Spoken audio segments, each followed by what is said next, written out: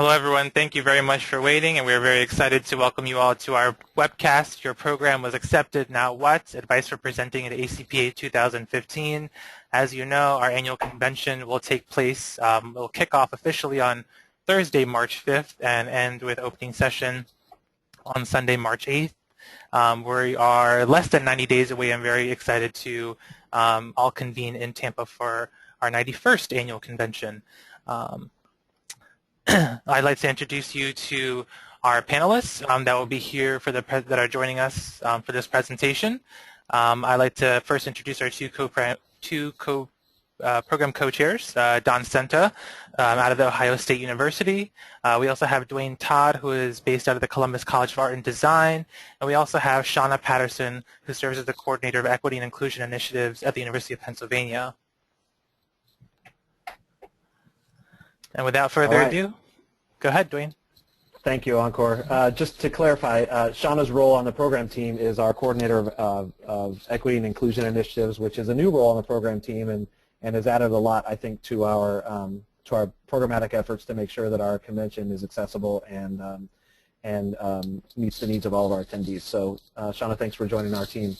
So the convention, we're going to start with a convention overview just to make sure that we're all knowledgeable about the various program types that are at the convention this year. I know we have people who are presenting different program types who are probably on the call today, so we want to try to address your needs as well and make sure that everyone feels comfortable going into March and ready to present with their best foot forward. As Encore mentioned, the dates of our convention will be March 5th through 8th. And that is a Thursday through a Sunday, so it is a different type of schedule than we have run with ACPA in the past. So it, for the most part, won't be all that different in terms of the shell of the program itself, the convention itself, but it does add some different dynamics in terms of travel schedules. Our educational program types this year are listed here. So we have exceptional practices, which is a new program type this year that puts two program presenters into one 60-minute spot. Each program presenter gets 20 minutes to present plus 5 to 10 minutes of Q&A. And we have tried to pair those programs around similar topics, and which can be a challenge to do, but I think we did a pretty good job at that. We're also running extended sessions again this year, which are sessions that take up 2 session blocks, so essentially 2 hours. We have general programs that are the sort of meat and potatoes of the program schedule. Those are the general 1-hour session programs that occur throughout the convention. Plenary sessions are our panel presentations that are being put together on select topics. We have our PreConvention Colloquia, which happen before convention begins. Those will be on both Wednesday and Thursday. Some of them are 2 hours, some are a half day, and some are a full day. We have sponsored and co-sponsored programs, which for the most part look like general programs, except that they have been picked up for sponsorship by one of our entities in the association. Some of those programs have been put together by those entities, and some are reviewed as general programs that come in and then sponsored by a program entity type. Our state and international divisions have submitted some spotlight programs that occurred at their local conventions, so those spotlight programs will be on the agenda. And we have research papers and poster sessions as well. So I want to remind everyone, and we'll do this again later, that convention registration is required for program presenters, and deadlines are coming up for early bird, or early registration, so I want to make sure that's on your radar. Please know that we expect all of our convention registration, or all of our convention presenters to be registered for the convention, and we will be checking on that pretty soon. So please go ahead and take care of that so we don't have to come after you. All right, so we want to break this session into a few things that you should be doing now to put your presentation together and make sure that your content is solid. We're going to talk about things that you should be doing before you leave for ACPA. We're going to talk about things you should do once you're on site at ACPA and things you should be doing after ACPA is over as a program presenter. So I'll start with the conversation about the research that goes behind your program. We obviously want you to be fully knowledgeable about your topic.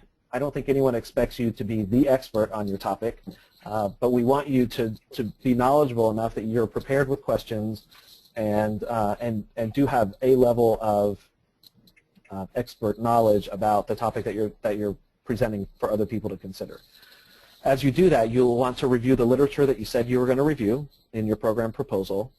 Sometimes in our program proposals, we put a bunch of things in there that connect with our topic, but you should make sure that you're familiar with that literature so you can speak to it adequately during your presentation.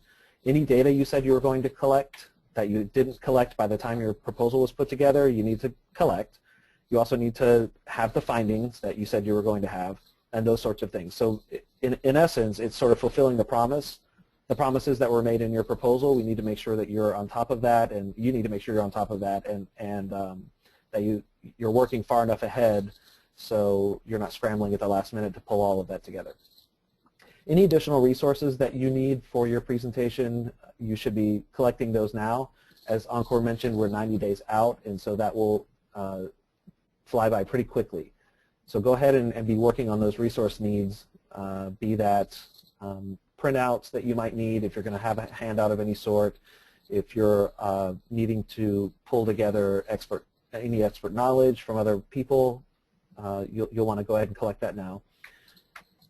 You can also begin to anticipate the questions or the criticisms that might come out during your presentation. No one likes to be caught flat-footed in a presentation at the end when you open it up for Q&A.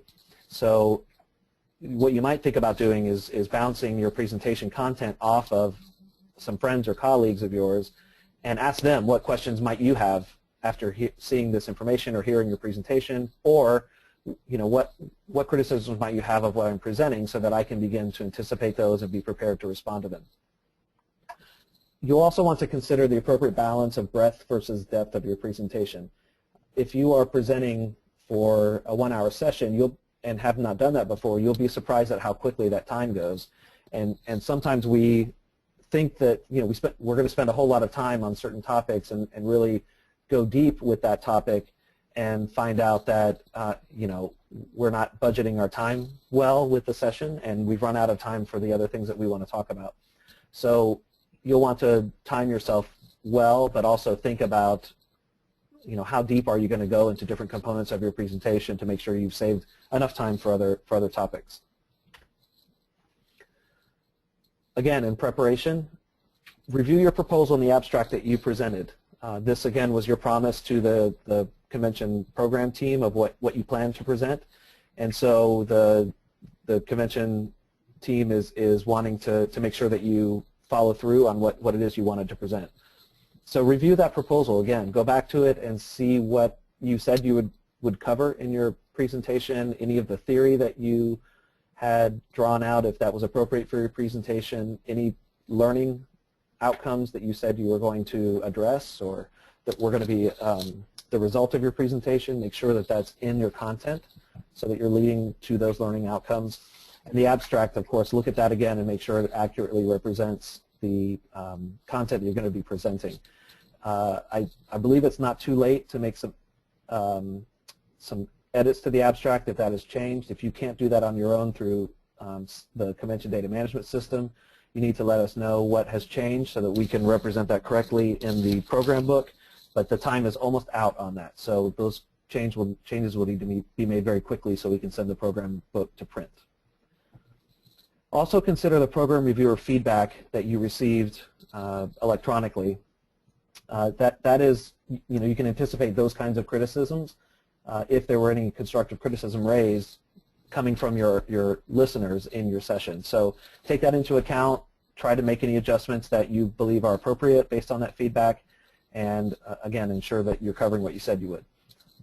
The other helpful thing to do is to set process deadlines along the way, particularly if this is your first time to present at a national conference of this size. You'll want to make sure you're working far enough ahead and not sort of leaving this to the last, the week before you arrive at ACPA. So really back out. It's not too early to be putting together all of that content. You might want to start with an outline of what you plan to present, a fairly detailed outline, gather the data that you wanted to present, create your content, create a draft of the slides, then do your final slides, do a dry run of your presentation.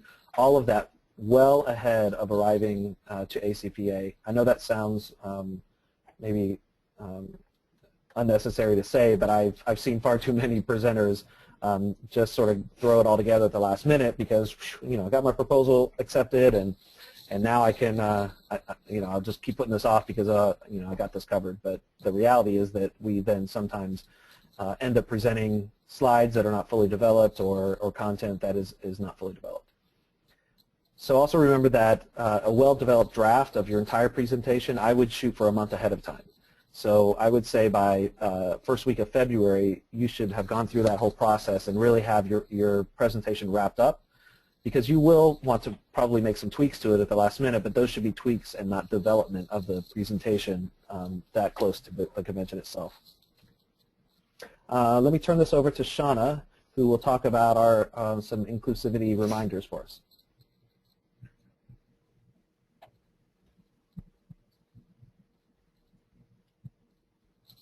Shauna, are you there?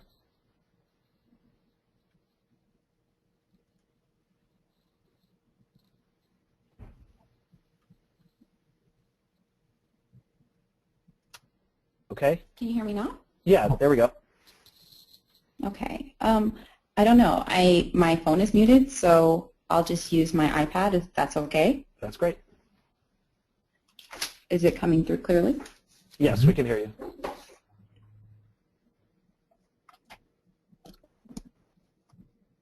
You're good, Shauna. To be inclusive.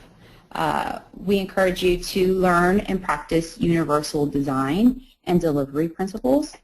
Universal design refers to broad spectrum ideas meant to produce structures, products, curriculum, and environments that are inherently accessible to individuals living with disabilities, but also stretches to encompass a diverse array of social identities. What does this look like in practice within the context of the development of inclusive presentation design? Well, in this situation, we're asking you to consider your font. Use sans serif font, which includes Arial, Calibri, and Verdana. Sans serif means without adornment or additional characteristics. In other words, we're asking you to use plain text. Use at least 14 font size in handouts and 28 or higher in PowerPoints to increase visibility. Use captioning for videos or provide typed script if available, if the captioning is unavailable. This is particularly helpful for individuals living with hearing impairments. Though we value sustainability, ensure that you also make a few printed of slides that are helpful for individuals living with hearing impairments. Use high contrast colors for slides. Try to avoid using light colored font on white or light colored slides. We like to get fancy with our designs, but it's important that we make sure they're remaining visible and easy to read. Review your content for bias or exclusivity. There will be multiple perspectives and backgrounds represented in the room with you. Work to ensure that your content is balanced. Therefore, consider having others help review your material. This will assist you in taking a balanced approach to your work. At the core of our values is our commitment to inclusivity, interculturalism, and multicultural competence. Thus, please ensure multiple perspectives and cultural lenses are represented in your content. There are a variety of interdisciplinary resources and literature at your disposal, which you can explore and learn about in utilizing different theories and methodologies. Though they may not directly apply to your piece, they may be worth mentioning to demonstrate that your review of the literature and best practices is robust. There are also a variety of advantages to peer review, including prospective content revisions that would eradicate semblances of bias, typographies, and stereotypes. So be careful about assumptions you make and stereotypes you may perpetuate in your material. My students would like to say, check your privilege. And I'd like to add, check your biases and assumptions. We all have them, and when our biases intersect with our privilege, things can get a bit messy in intentional and unintentional ways. Also, prepare examples and graphics that reflect a wide variety of identity groups.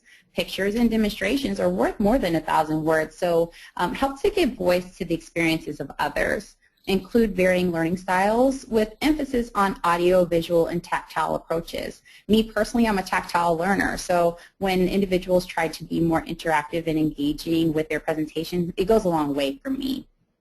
Finally, own where you recognize your content is not fully inclusive. You can't be everything for everyone, and owning this up front may lessen the likelihood of misunderstandings or that the focus of your discussion takes an unnecessary diversion. Also strive to make your content relevant to international contexts. Avoid using pronouns like us or we if you're really only referring to those in the U.S. And remember that higher education is funded and governed differently in different national settings. So you have institutional differentiation involved, but it goes further than just the U.S. context. So try to keep that in consideration when you're reviewing information. Also refrain from imposing nationalistic values and mores elsewhere in your presentation. I think it's really important to understand that, especially as we're growing as an organization and trying to include international perspectives, that is taken into consideration. Also, avoid terminology and ideas that have colonial references. So what does this mean? An example may include referring to the United States as America. The U.S. is couched in North America. It doesn't necessarily encompass all of the Americas, and in fact, in referring to the U.S. as America, you're successfully omitting the voices of over 20 countries and territories, many of which are populated primarily by people of color. Also, avoid assumptions or generalizations about other educational systems. Recognize that internationalization doesn't stop at study abroad, the relocation of U.S. nationals to institutions outside of the U.S., or supporting international students attending U.S. institutions. In being purposeful about your framework, you can avoid adding domestic undertones to your presentation. So we'll be sending out some information on being more inclusive. This will help you to make sure that you're meeting the needs of your participants. One document that we'll be using in particular will include the integrating equity and inclusion perspectives in presentation design. It's a really quick read, and it will be made available online, and will also be printed in the program guide for reference points in the future. Great. Thank you, Shauna. Okay, so moving forward, let's talk a little bit about group versus solo presentations, because a number of you will be presenting with other people, not just a solo presentation on your own. So some things you'll want to talk through. You'll want to divide the content up early enough so people know specifically what components they're responsible for and can develop the content adequately for that piece that they're doing. Set clear timelines for your group members far enough ahead. You're going to want to probably ensure that one person is responsible for the edits and the style of how your presentation is going to look. So nothing is more frustrating than someone being charged with combining PowerPoints from different people, and the design is totally different on each one of them.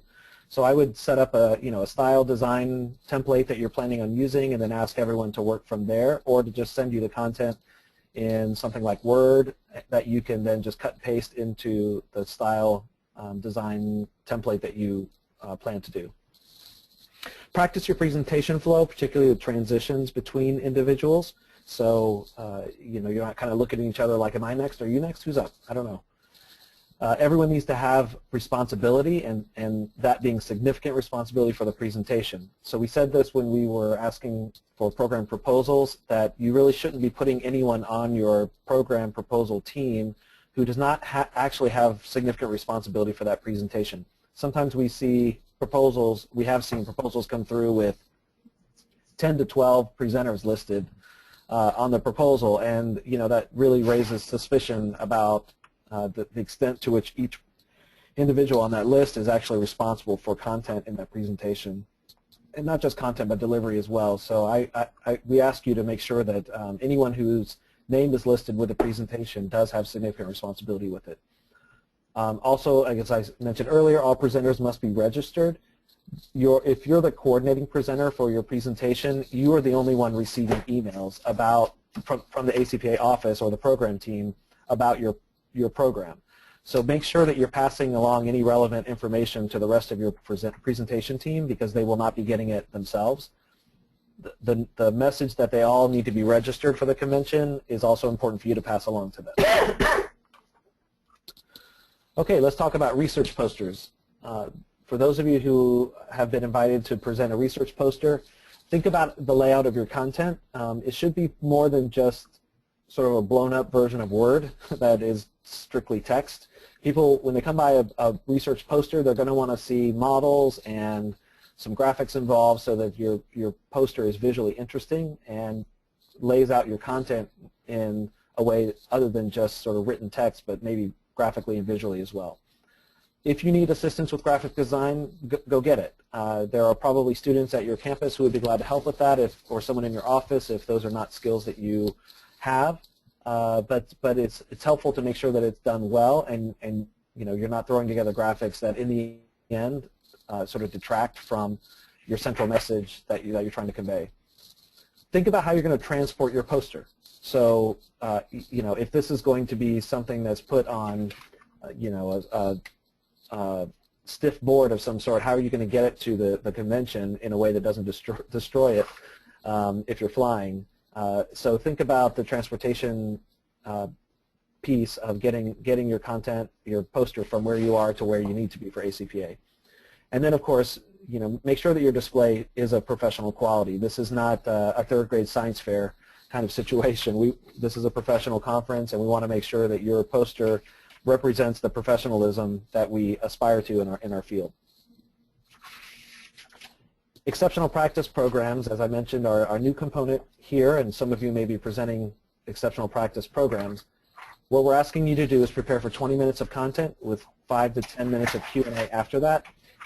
This is really important. You cannot go past 30 minutes, because if you do, then you're stealing time from the person who's coming after you, or your attendees are going to get up and leave because they're on the way to another session.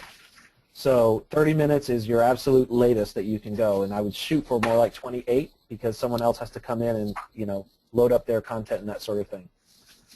If you're going second in the exceptional practice programs, then you're going to need to kind of be prepared to load up your content quickly. Perhaps it's already on your own laptop, and you're just plugging it in, and it's all ready to go once you plug into the projector. As you're developing content, you're going to need to really boil it down to the essence of what you want to share, because that 20 minutes is going to fly by so fast for you, which also means you should be practicing that content. If you're used to a full convention program length, you're going to be really surprised at how quickly this time goes for you. So that would include things like just a short intro. You know, don't go into a lot of biographical data about yourself, or even, you know, too much history about the program that you're trying to talk about. I would do a short intro about yourself, short intro about the program that you're highlighting and the rationale for it. You want to describe that program or service goals. You know, why did we start this program? What are we trying to accomplish? And then what are some of the steps that we put in place to implement the program? And then we also want to be very clear about this. You should have assessment results for that program or service to make sure that, you know, it is in fact exceptional. If it's not working, then it's not all that exceptional at this point. So you'll want to make sure you're leaving enough time for the assessment results so you can explain those fully. Another feature that is being done in conjunction with our exceptional practice presentations is that we're providing resource tables for all of those who have been given an exceptional practice presentation slot. So if you are offered a resource table, you can choose to use it or not use it. We'll be contacting you to ask you to say yes or no on that opportunity. We're asking those presenters to staff their table on Friday, March 6th from 10:30 to 11:30 a.m. Those resource tables are going to be in what we're calling the marketplace, which is the exhibit hall in the past and plus some new features this year. So you'll be right there in the thick of things. We're doing a coffee break from 10:30 to 11:30 that morning, so there is no programming on top of this time, and we should be seeing quite a bit of foot traffic in the exhibit hall or the marketplace during that time. So that's where your exceptional practice resource tables will be. This is a place where you can lay out curricula brochures, pictures of things you want to show us, training agendas, any documents that you created as you were conceiving the program. If you have a budget, that people might want to look through to see what are the resource needs to run the program or service, that would be good to show. So bring those kind of artifacts, and they'll be the ideal kinds of things to lay out on your table. We're asking you to keep those materials out from Friday morning through Saturday at noon. Even though you're only going to be asked to staff the table for that 1 hour, we want to leave the materials out so people can wander through during that period of time and look at what's out, and maybe even think about leaving some business cards or some other contact information, perhaps your email address, so people can follow up if they have questions when you're not there to staff the table. Okay, and the other program type that we want to just touch on briefly is PreConvention Colloquia. So if you're giving one of these, we call them pre-cons, then we obviously want to make sure you have ample content for the length of time that we've given you. So if you have a 4-hour session and you're only using 3 hours of content, we're going to ask you to add content, because we want you to honor the time that people have paid for on those pre-cons. Pre-convention colloquia come with an additional charge in most cases, so we want to make sure that people are getting the content, the length of content, the breadth of content that they expected to get with that length of time. We would ask you to vary modes of activities and pedagogies that you use, because participants' attention can really wane with an extended session period like that.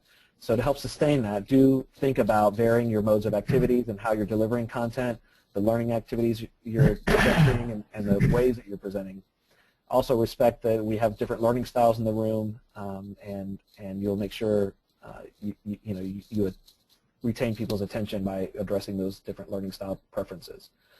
Make sure you build in appropriate breaks. So as you're developing your outline, remember that people are going to need to get up and stretch their legs, or maybe run down the hall. Every probably hour and a half, I would be looking at a break like that. And then the other thing, and this is more of a marketing angle, but talk up your session, with your friends and colleagues through various means, and certainly talk about it on social media. Those sessions that do not have sufficient registration may have to be canceled, so we don't like to do that, but have to for fiduciary reasons at times.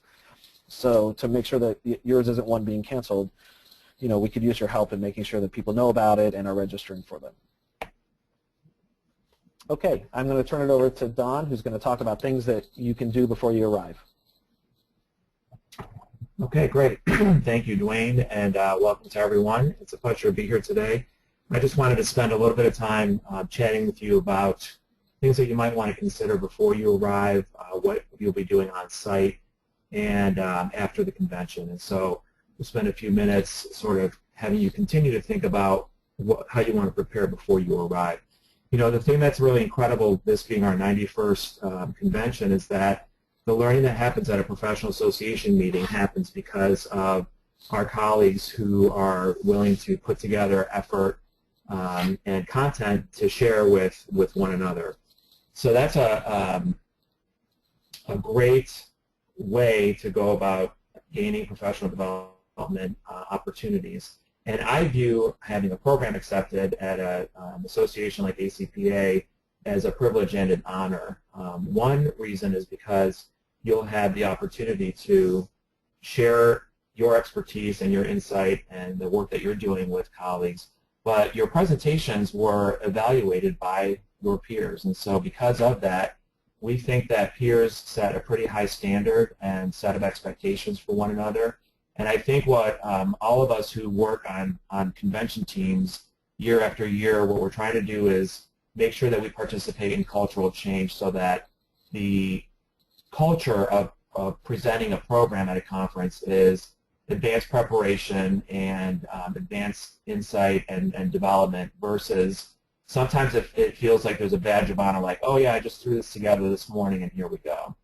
And part of what that means is really taking the time to be prepared. So Shauna talked to us, we went through quite a bit of content with Shauna on effective presentation styles and PowerPoint techniques, and hopefully the supporting materials that we send out will give you that hard copy version of the tips that really make a difference when you show and demonstrate to your audience that you spend time being inclusive. I think that provides that level of professionalism and sophisticated connection with colleagues.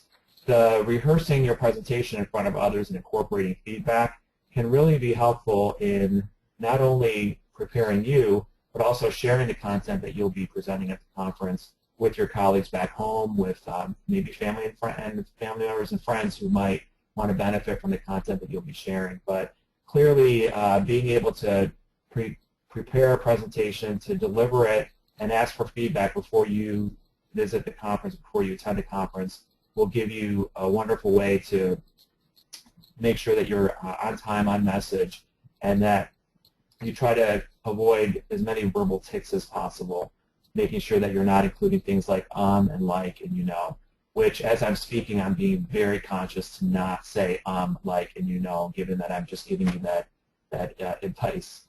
We also are encouraging you to be prepared in saving your presentation on multiple storage devices.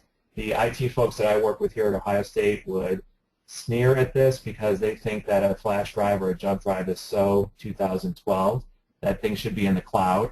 But I'm also the type of person who thinks that there could be a catastrophe and a disaster and a storm in that cloud. So bringing a presentation on multiple storage devices will make sure that you have access to the exact presentation that you want. In addition to being prepared, printing off a copy of the hard copy of the slides for yourself just in case will be very helpful. In the event that there is some sort of particular challenge where you can't access the information that you want, having that ahead of time and with you will be a great asset. We are encouraging folks to not bring handouts for all of your attendees. We, for many, many years, would see people make hundreds and hundreds of copies, not knowing how many people would be in a meeting room. And other than considerations that you want to make for accessibility needs, any documents that you would want to share or that you think audience members or participants would like will be made available later on with being able to upload that content. And so please don't plan on bringing any copies of handouts. And because technology changes so quickly, if you are bringing a Mac laptop, make sure that you bring the necessary adapters so that you can show your presentation on the screen.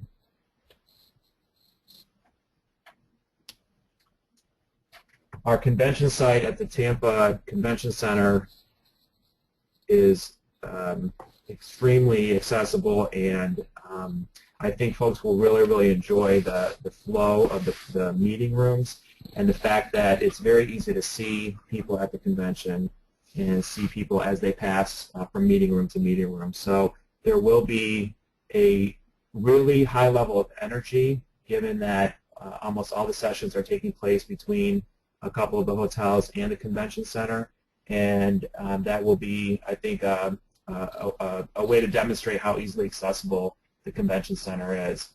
Given that, it's also very important to make sure that you assess your travel time from where you're staying while in Tampa. So make sure that you take time to go locate your meeting room, take a look at the room arrangement, and there might be some sort of visual distractions. If you see those, just to be prepared ahead of time always makes folks a little bit more comfortable in that meeting room. And then given the way that the physical space is organized, just make sure that you have the ability to to arrange the room or to arrange your activity given the way the room is set up. Many times today, in an effort to sort of save time and save the effort of having to replace chairs and rearrange chairs, the convention centers will set up chairs in rows where they're sort of attached to one another, and that is on the one hand a downside because you don't have the ability to kind of circle chairs up easily, but we do that, the convention sites do that just to make sure that each meeting has the room set up in the same configuration. So in the event that you happen to rearrange chairs, please make sure that you put the meeting room back the way that you found it. So when you're on site, you'll be able to take time to check technology and ensure that your slides are loaded properly, also review all the presentation notes, and you might want to take a quick glance at reviewing all the things that you might need. Folks like to bring business cards to make sure that they have an opportunity to follow up. I like to bring a sign-in sheet because if a question comes up or there's additional information, additional resources, or specific questions that folks have, they can write their name down, and then I'm happy to follow up with them and share the information that we provide. It's important for you to bring your own laptop and Mac adapters, as we mentioned before. The meeting rooms will have screens and projectors, but you will need to bring your own laptop. Any personal items that help tell your story, that help you in the facilitation of your presentation, and show and tell items as well, just make sure that you want to consider that. If there's anything else that you need to make your presentation, make sure that you think about bringing those with you.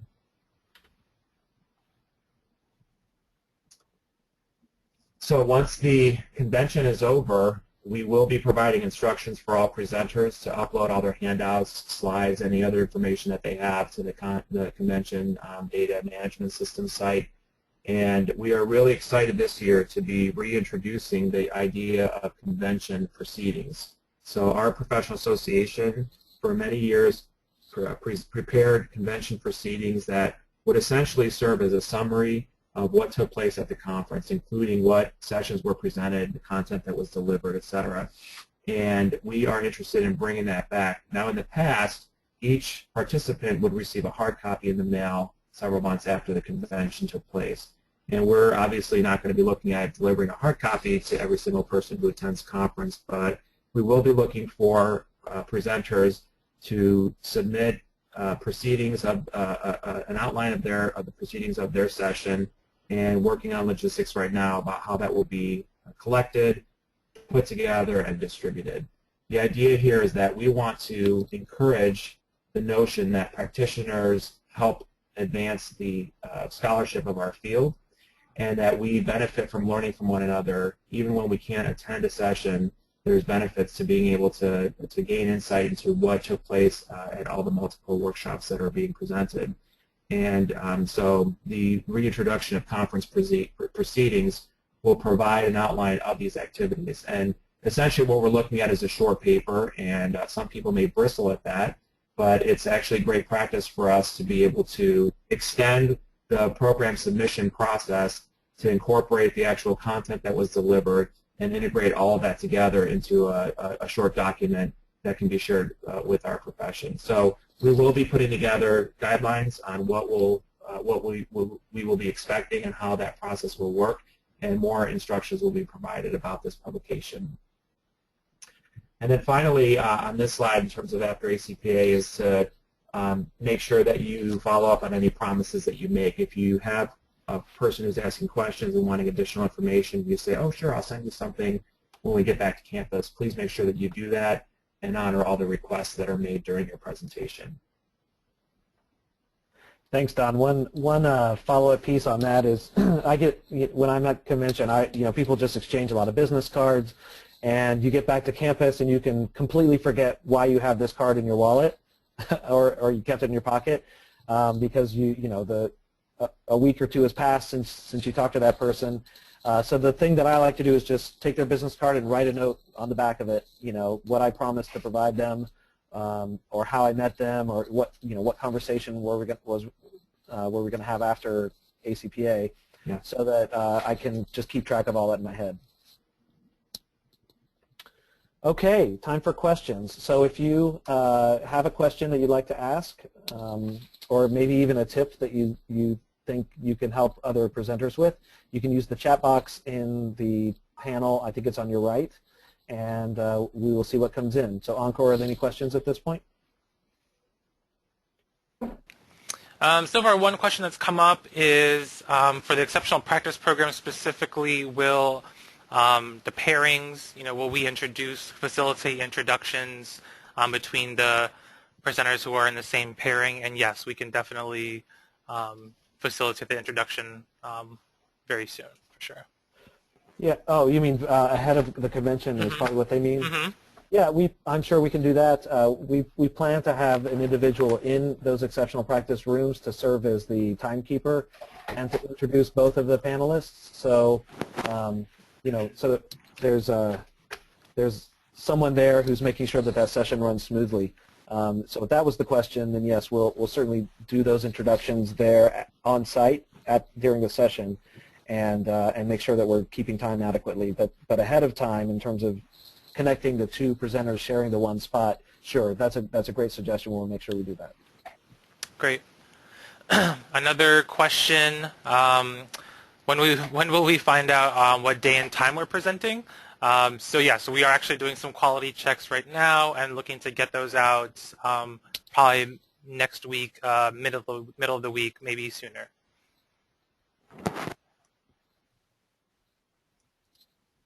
Next question, will this presentation be available later? Yes, we are actually recording this presentation right now, and we will put this up on our ACPA YouTube channel once it is ready. We're going to send some things out to you afterward. You'll get notice of this link and just a follow-up to participating in the webinar.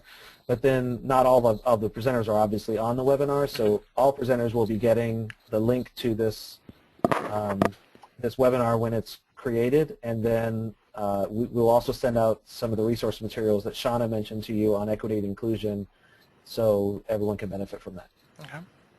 We have a couple more questions before we head into the next portion, we'll take a couple more questions. We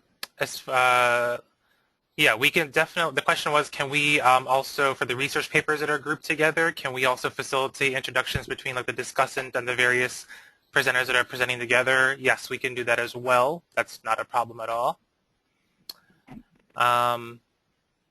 As far as a tech piece, we have some questions about whether bringing your own laptop. Yes, you are supposed to bring your own laptop. So basically, as far as the standard setup goes, so this year we're not doing a standard setup. So if you need a projector and screen, please let us know. You can confirm your audiovisual requests in CDMS, the Content Database Management System. If you're not sure what you submitted and just need us to look it up or something like that, we're more than happy to help you out. But yes, confirming your tech needs is super important, so that we make sure we put the right equipment in the room that you need for your presentation to be super successful. So if you have any questions, definitely feel free to email us at conventionprograms@acpa.nche.edu, and I can send it out to the entire audience, so that way you have it at your fingertips.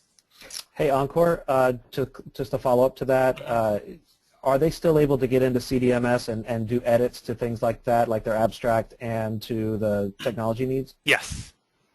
Okay, so if you'll go into the Convention Data Management System, you received a link to that when you were notified about your acceptance.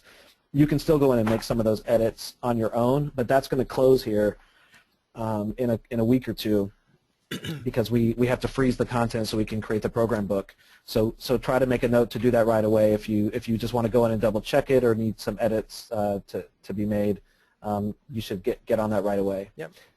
The other thing that we're doing, if you're not going to use any kind of audio-visual equipment, definitely let us know that, because it is really, really expensive to rent this equipment from the convention centers, and those who are not going to be using audio-visual equipment, we'd like to put you all in the same room so we can save that money.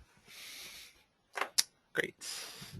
Another question is related to just overall attendance at convention, whether you have to participate and attend in every day, or can we just attend for 1 or 2 days? So yes, you can elect to participate in the full convention and pay the current member rate, which is $450. We also have one-day passes that are available. So one-day passes are currently $25. Basically, you're paying 25% of the full convention rate. So now they're $112.50. So you can basically buy 1 or 2 one-day passes depending on your schedule flexibility and your presentation time. So one-day passes are definitely an option for you if you cannot attend the full convention. I'm sure everyone will want to be there the whole time, though. Right? Very true. You might miss something that completely changes your professional world. So. If you want to make changes to your presentation descriptions based on reviewer feedback, is it too late? If not, what is the deadline? Definitely not too late, but we are, as Dwayne mentioned, we are trying to think about our program book and trying to meet some pretty tight print deadlines. So If you have any interest in making any changes to your program description based on the feedback you received, I definitely would recommend taking care of them by next Friday. Encore, just to clarify on this, the only thing that the presenter, that people are going to see that you already submitted, is the title of your presentation and your abstract. True. So any of that long content that describes your program, where you talked about the theory and the references and that sort of thing, that was only for the review process. So that content will never be used again. So you don't need to go in and necessarily update that if that's what you plan on updating. What you just need to do from this point is use that feedback in creating the actual presentation you're going to give. Great. Will ACPA publish a standard PowerPoint template that presenters may use? If so, when and where would that be available? Great question. We actually, we do have one standard template that we do use to make sure it's in line with brand standards. So we can definitely put one together and put it up on the program websites. We could probably get it up by the end of the year before we all kind of leave for the holiday break. So we can definitely do something like that before the end of the year.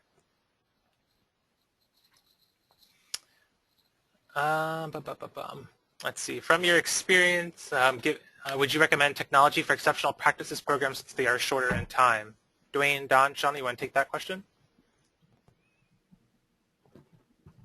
Well, it's a new program type, and I think as long as you can meet the time frame that's listed there, we would want to make sure that if you are going second in that slot, everything's ready to go, and that you're not taking time during the presentation time to set up and transfer equipment and those sorts of things. Perhaps as we make the connection with you and the other program slot presenter, you might want to make those necessary arrangements. So I think as long as you're mindful of the time, that's going to be the most important consideration, along with making sure that you've requested any kind of equipment so that you're not assuming that there will be equipment in the room for you. I would suggest that having some visuals to accompany a shorter presentation is actually a better way to go. So you know, you can show a lot visually that can be sort of digested, that may get passed over if you're just kind of zipping through things verbally. So I would definitely encourage you to use audio visuals even with a shorter presentation.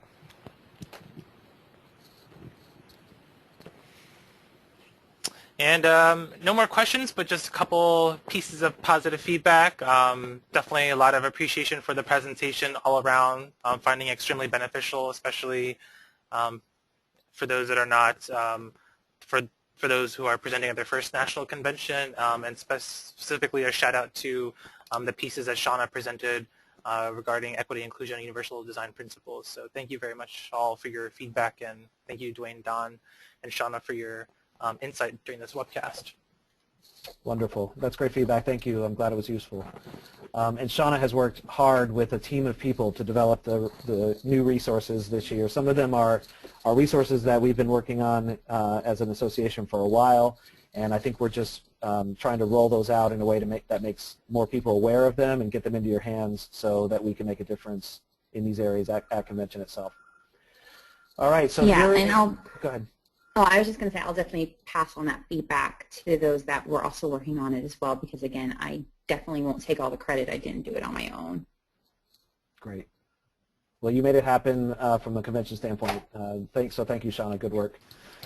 So here is contact information and the roles that we play on the convention team, and encourage you to use those email addresses if you have some follow-up questions. We're glad to respond to those, and we appreciate your time today. Thank you for your contribution that you will be making to the ACPA convention. We have such exciting things lined up. Some of those you don't even know about yet. So we'll be rolling out more information as we firm it up. But we have some new things that we're trying, not just the program types that we talked about today, but we have some other things in the hopper. So be on the lookout for some cool new things that we're going to try out. And of course, whatever we can do to help you prepare for the best presentation you can do, of course, reach out to us, and we're glad to offer some feedback or some clarification of anything that we talked about. Any other closing remarks from our presenters? Okay. Great. All right. Thank you again, everyone, and wish you well as you end up kind of finishing out your fall terms on your campuses, and we'll see you in Tampa very soon. Thank you.